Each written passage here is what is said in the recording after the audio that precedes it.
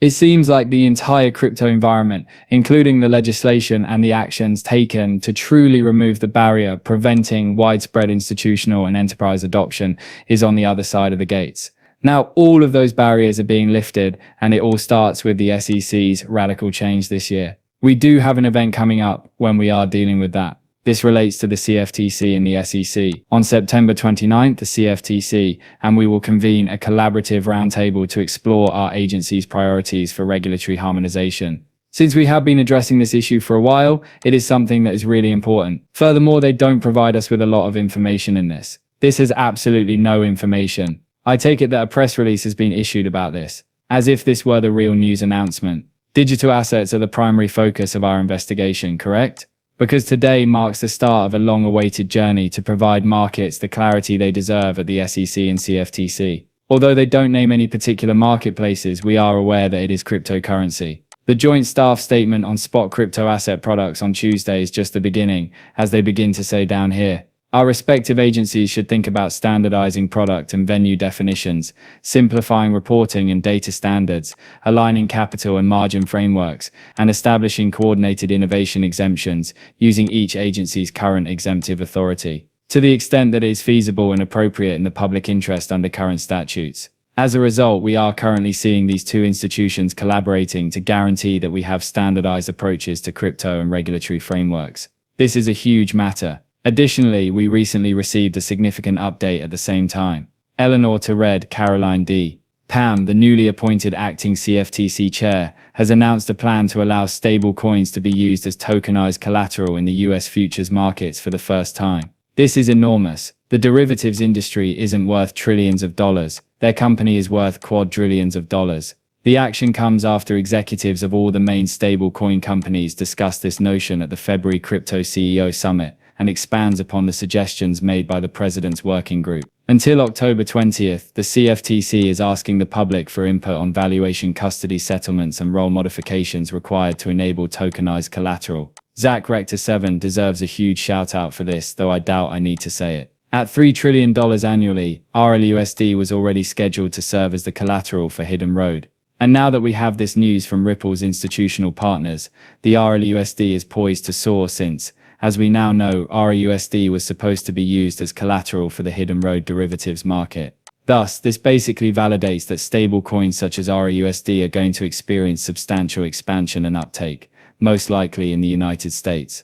Beyond this, US lawmakers have also asked the SEC to carry out President Trump's executive order that would allow cryptocurrency to access the $12.5 trillion 401 retirement market. Although it may seem too wonderful to be true, this is actually true. The GOP in charge of financial services made the announcement over here.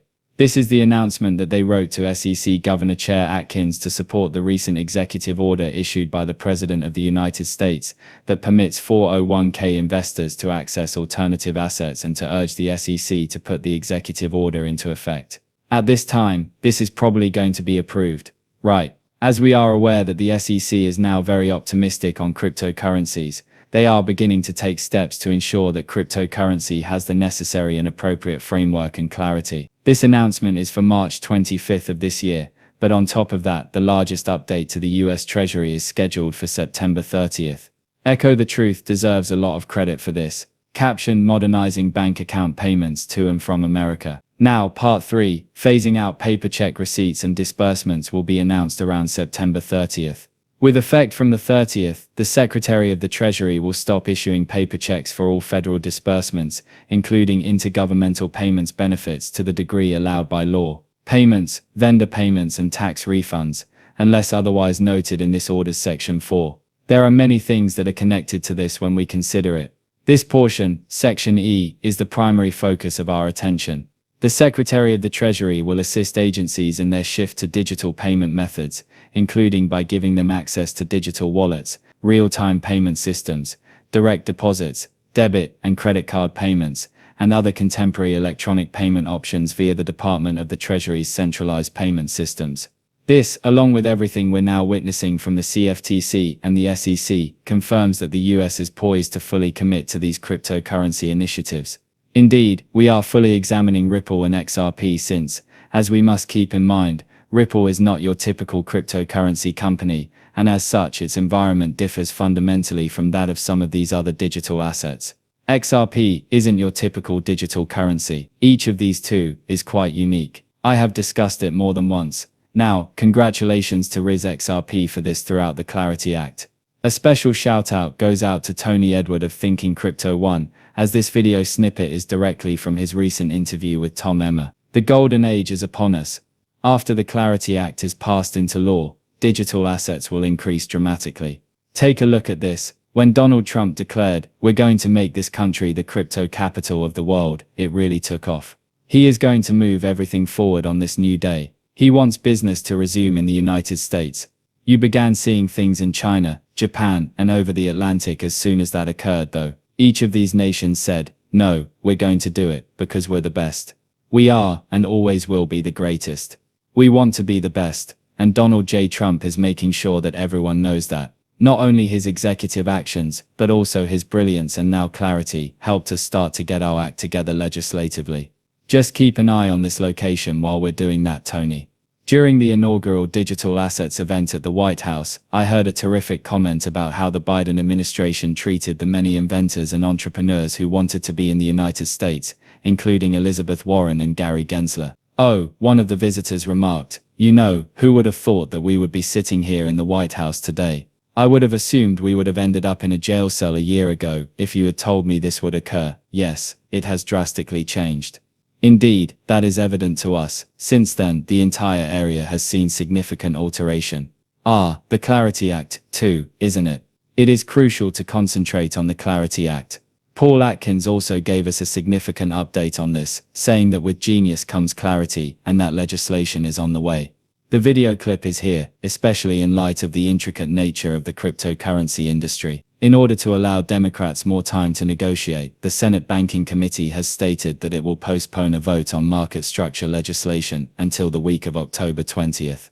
I would like to know your opinion on that, Mr. Chairman. Naturally, it appears that the Republicans will require the backing of the Democrats in order to do this. What do you think the structure of the cryptocurrency market will look like? After it crosses the finish line, what do you want to see happen?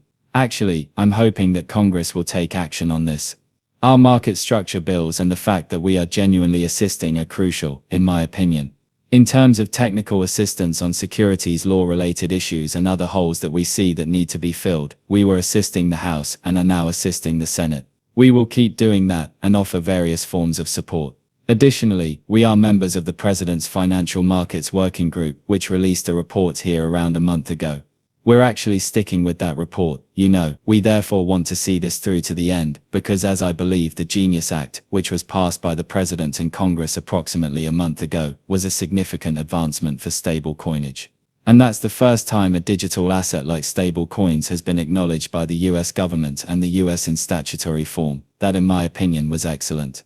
In order to provide market stability and guidance for the SEC and CFTC to collaborate, we must now concentrate on the market structure element. In order to try to future-proof these laws and the relationships from some rogue regulator or something in the future, I predict joint rulemaking. That's what we want. Was widespread support for the brilliant deed, of course. The first multi-crypto ETF in the US was also approved by the SEC, giving investors access to a variety of cryptocurrencies outside of Bitcoin and Ethereum. How does that fit into your larger endeavor, Mr. Chairman, to provide more precise guidelines for digital assets? That then is yet another illustration of how we can proceed. That crucial step where there is greater confidence,